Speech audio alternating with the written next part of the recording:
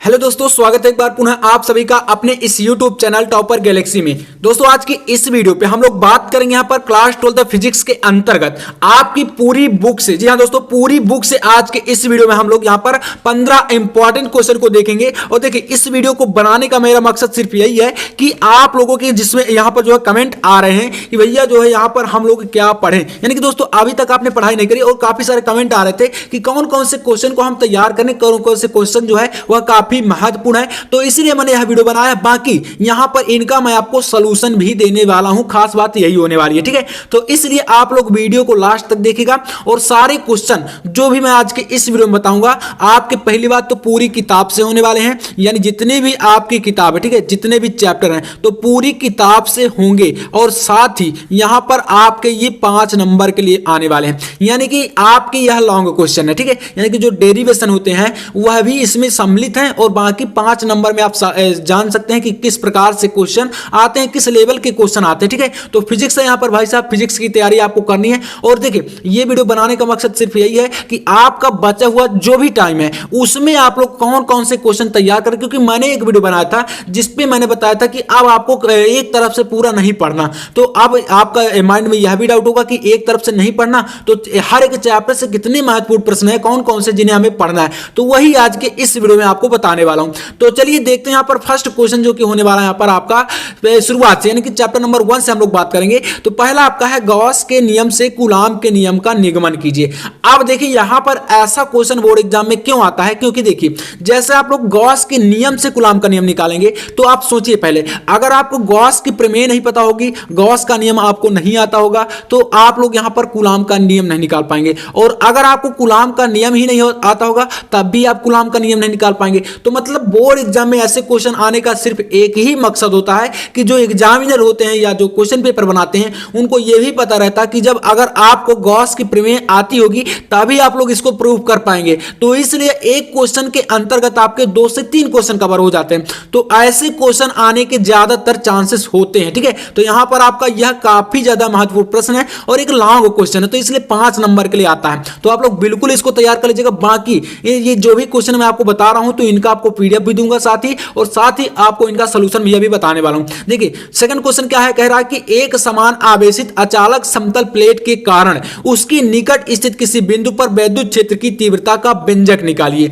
यानी दोस्तों ये जो आपका क्वेश्चन है ये क्या है, एक समान आवेशित अचालक समतल प्लेट के कारण, ठीक है। तो यहां पर आपको क्या निकालना है, वैद्युत क्षेत्र की तीव्रता का व्यंजक निकालना है, जो कि एक प्रकार से आपका यहां पर अनुप्रयोग हो सकता है, ठीक है। तो गॉस की प्रमेय के अनुप्रयोग जो होते हैं वह भी काफी आते हैं। तो मतलब गॉस की प्रमेय का उपयोग करके आपको कई सारे क्वेश्चन को प्रूव करना होता है, तो इसलिए अनुप्रयोग के अंतर्गत भी क्वेश्चन पूछे जाते हैं। तो इसलिए ध्यान दीजिएगा, यहां पर आपको इनको भी तैयार करना है और सॉल्यूशन तो मैं अभी आपको बताऊंगा, तो आप लोग अंत तक बने रहिएगा, ठीक है। इसके बाद देखते हैं यहां पर नंबर 3। देखिए कह रहा है कि वैद्युत द्विध्रुव की अच्छी स्थिति में किसी बिंदु पर विभव का सूत्र ज्ञात कीजिए। अब यहां पर आप लोग सोच रहे होंगे कि ये आपका वैद्युत विभव कहां से आ गया।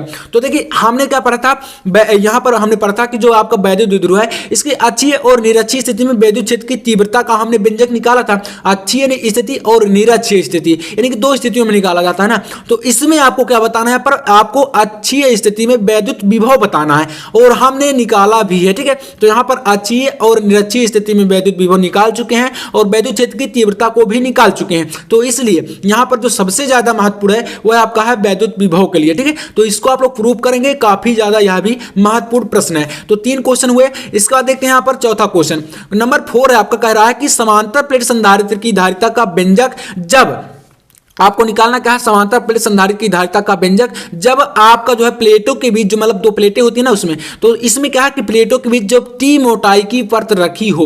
अब आप लोग सोच रहे होंगे कि समांतर प्लेट संधारित्र की धारिता का व्यंजक सिंपल सा आ सकता है, लेकिन जो सबसे ज्यादा इंपॉर्टेंट है वह आपका यही है, क्योंकि इसमें आपको अगर जब पहला वाला डेरिवेशन आएगा तभी जो है आप लोग इसको प्रूव कर पाएंगे। तो मतलब यहां पर ऐसे क्वेश्चन आपको भ्रमित करने वाले क्वेश्चन ज्यादा देखने को मिलते हैं, खासकर यूपी बोर्ड की बात करें तो यहां पर और भी ज्यादा ज्यादा। तो इसलिए बिल्कुल सतर्कता पूर्वक तैयारी करनी है अगर अच्छे नंबर चाहिए आपको, ठीक है। तो यहां पर ये आपका चौथा काफी महत्वपूर्ण प्रश्न है। इसके बाद देखते हैं नंबर 5, कह रहा है कि बायो-सेवर्ट नियम को समझाइए। और देखिए यहां पर आपको बता दूं इसी चैप्टर से आपको मतलब आसपास में कई सारे क्वेश्चन होते हैं, जैसे किरचॉफ के नियमों की बात करें, अभी और भी क्वेश्चन आपको बताऊंगा। तो देखिए बायो-सेवर्ट नियम को आपको बताना है और इसका जो खासकर आपका ज्यादा महत्वपूर्ण प्रश्न है वह होता है आपका इसका अनुप्रयोग। जैसे यहां पर छठवां क्वेश्चन कह रहा है कि किसी धारावाही लूप के केंद्र पर उत्पन्न चुंबकीय क्षेत्र का तीव्रता निकालिए। देखिए जो भी क्वेश्चन बता रहा हूं अन्यथा में लेकर बिल्कुल नहीं चलना, सभी एकदम इंपॉर्टेंट है। एकदम आप समझ लीजिए इनमें से जो 15 क्वेश्चन बताया हूं 15 में से आपके 4 से 5 क्वेश्चन बोर्ड एग्जाम में आपको रखे हुए मिलेंगे और वो भी डेरिवेशन के लिए, ठीक है। तो यहां पर आपको ध्यान देना है। अब ऐसा भी हो जाता है कि देखिए यूपी बोर्ड की अगर बात करें तो खासकर यहां पर ये होता है कि आपके जो क्वेश्चन लॉन्ग में होते हैं तो वो तो आते ही हैं, साथ ही आपके शॉर्ट के अंतर्गत भी ये क्वेश्चन दे देता है, ठीक है। तो यहां पर आप सतर्क रहिएगा, बाकी आपको एकदम ध्यान पूर्वक देना सारी चीजें। यहां पर यह निश्चित नहीं होता कि कौन सा क्वेश्चन कितने नंबर में दे दिया जाए, ठीक है। तो इसलिए आपको बिल्कुल सतर्क रहना है। तो यहां पर आप इस भ्रम में बिल्कुल मत रहिए कि ये क्वेश्चन 5 नंबर में ही आ सकते हैं, इससे कम में भी आ सकते हैं, ये आप बिल्कुल भूल जाइए, ठीक है। तो यहां पर आपका किसी धारावाही लूप के केंद्र पर उत्पन्न चुंबकीय क्षेत्र की तीव्रता का आपको व्यंजक निकालना है, ये आपका बायो-सेवर्ट के नियम के अंतर्गत आएगा। बाकी इसके बाद यहां पर अगला क्वेश्चन है एलसीआर परिपथ की प्रतिबाधा कालांतर का व्यंजक निकालिए। जो एलसीआर परिपथ है दोस्तों यह बहुत ही ज्यादा महत्वपूर्ण प्रश्न है, ठीक है। तो एलसीआर परिपथ समझ लीजिए इस चैप्टर से आपका यहां पर सबसे ज्यादा इंपॉर्टेंट क्वेश्चन है और हर बार बोर्ड एग्जाम में आता ही आता है। मतलब इसमें क्या होता है देखिए कई सारे पेपर के सेट बनते हैं, जैसे फिजिक्स की बात करें, केमिस्ट्री की बात करें, बायोलॉजी की बात करें, हिंदी हो गया, इंग्लिश, जितने भी आपके सब्जेक्ट होते हैं बोर्ड एग्जाम में उनका जो क्वेश्चन पेपर बनता है उसमें क्या होता है अलग अलग सेट बनते हैं, ठीक है। अब ये तो होता नहीं कि आपका यूपी है तो पूरे यूपी में आपका एक ही पेपर आएगा, उसमें सेट होते हैं और उन सेटों में आप कुछ ऐसे क्वेश्चन होते हैं जो कि मतलब वहां पर सम्मिलित रहते हैं, लेकिन काफी सारे क्वेश्चन जो है अलग अलग रहते हैं। तो इसलिए ये जो क्वेश्चन बता रहा हूं तो सारे क्वेश्चन एकदम इंपॉर्टेंट है और किसी भी सेट में आ सकते हैं। तो आपके यहां पर कौन सा सेट आता है अब ये तो हम नहीं बता सकते, तो इसलिए आपको पढ़ना तो पड़ेगा। तो यहां पर ये हो गया। बाकी इसके बाद आपका 8वां क्वेश्चन कह रहा है कि ट्रांसफार्मर क्या है, ठीक है। ट्रांसफार्मर मैंने बताया बहुत ही सिंपल तरीके से, एक लॉन्ग वीडियो है तो उसमें बताया था कि जो ट्रांसफार्मर है वो है क्या है और इसके प्रकार, जैसे कि आपका अपचाई ट्रांसफार्मर हो गया, उच्चाई ट्रांसफार्मर हो गया, दोनों को आपको बताना है। इसमें प्राथमिक द्वितीयक कुंडली में कौन कौन से किस्म जो है फेरों की संख्या ज्यादा होती है, किसमें फेरों की संख्या कम होती है, ये सारी चीजें, और साथ ही इसका सिद्धांत एवं कार्यविधि को बताना है। मतलब इसके यह किस सिद्धांत पर कार्य करता है, चुंबकीय प्रेरण के सिद्धांत पर या अन्य कोई, और इसकी जो कार्यविधि यानी कि कैसे कार्य करता है, ये सारी चीजें इसमें आपको लॉन्ग प्रश्न आएगा। और ये क्वेश्चन आएगा तो देखिए 5 नंबर में ही आने वाला है, इसमें आपका 3 नंबर में नहीं आएगा। ये हो गया 8वां क्वेश्चन। इसके बाद 9वां क्वेश्चन कह रहा है कि किरचॉफ के नियमों को समझाइए। किरचॉफ का प्रथम नियम जैसे संधि का नियम हो गया, दूसरा आपका पास का नियम हो गया यानी कि बंद पास के लिए जो लागू होता है, दोनों नियम हो गए। और साथ ही इस नियम का अनुप्रयोग करके यानी कि जो किरचॉफ का द्वितीय नियम है बंद पास के लिए, उसमें आपका आता है व्हीटस्टोन सेतु का सिद्धांत सिद्ध करने के लिए। तो मतलब यहां पर आपका किरचॉफ का नियम जितना इंपॉर्टेंट है उससे भी ज्यादा इंपॉर्टेंट है आपका व्हीटस्टोन सेतु, क्योंकि यहां पर आपका किरचॉफ का द्वितीय नियम लगता है और जो एग्जामिनर है वो समझ जाएंगे कि अगर आपने यह क्वेश्चन कर लिया तो आपको किरचॉफ का नियम तो आता ही होगा, तभी तो आप उसको कर पाएंगे। तो इसलिए यहां पर व्हीटस्टोन सेतु को भी लेकर आपको चलना है। इसके बाद 10वां क्वेश्चन है, कह रहा है कि संपर्क में रखे, ठीक है, संपर्क में रखे पतले लेंसों के संयोजन से संयुक्त फोकस दूरी के लिए व्यंजक निकालिए। तो संपर्क में रखे पतले लेंसों के संयोजन से संयुक्त फोकस दूरी के लिए आपको सूत्र निकालना है, जो कि एकदम मोस्ट इंपॉर्टेंट है और ये भी मैं आपको बता चुका हूं। तो चलिए यहां पर देखते हैं अगला क्वेश्चन।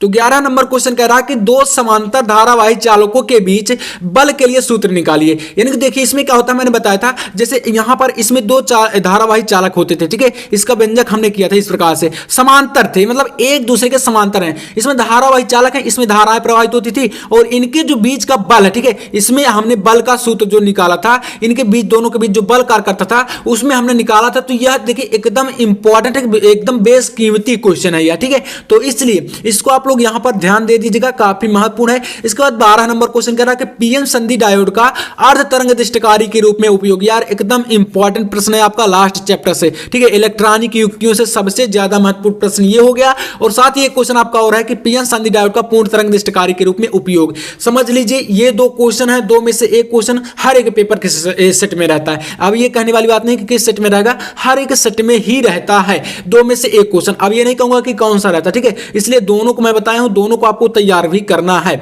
अब देखिए यहां पर 14 नंबर क्वेश्चन कर रहा है कि एंड गेट, ठीक है, कौन कौन सा, एक आपका एंड गेट हो गया, एक आपका और गेट हो गया और एक आपका नॉट गेट हो गया। यह तीनों गेट में से एक गेट आपका आता है। इसमें क्या क्या निकालना होता है, तो इसमें आपको पहले बताना कि एंड गेट क्या होता है। इसमें मतलब जो निवेशी और निर्गत सिग्नल होते हैं, ठीक है, मतलब कि एक इंटर करता है, इनपुट और आउटपुट जो मिलते हैं, तो इसमें जो निवेशी सिग्नल है और निर्गत सिग्नल है वह कितने होते हैं। इसी प्रकार से और गेट में कितने होते हैं, नॉट गेट में कितने होते हैं। इसमें जो बूलियन व्यंजक होता है वह कैसा होता है, इनका तीनों का सत्यता सारणी कैसे बनाते हैं, इनका प्रतीक कैसा होता है, ये चीजें पूछी जाती हैं इनमें, ठीक है। तो यहां पर इस पर मैंने एक वीडियो बनाया है, लॉन्ग वीडियो, तो उसको आप लोग देख लीजिएगा। बाकी यहां पर 15 नंबर क्वेश्चन है कि यंग का द्विजेरी प्रयोग के और इसमें फ्रिंज की चौड़ाई के लिए व्यंजक। तो देखिए यह 15 क्वेश्चन मैंने बताया आपको। अब आप सोच रहे होंगे कि इसका सॉल्यूशन कहां मिलेगा, तो चलिए मैं आपको बताता हूं इनका सॉल्यूशन। अगर आपको चाहिए तो आप लोग इस वीडियो के बिल्कुल डिस्क्रिप्शन में जाइए और वहां पर मैं आपको बिल्कुल एकदम इन जो है क्वेश्चनों का बिल्कुल सीरियल से, ठीक है, 1 नंबर से 15 नंबर तक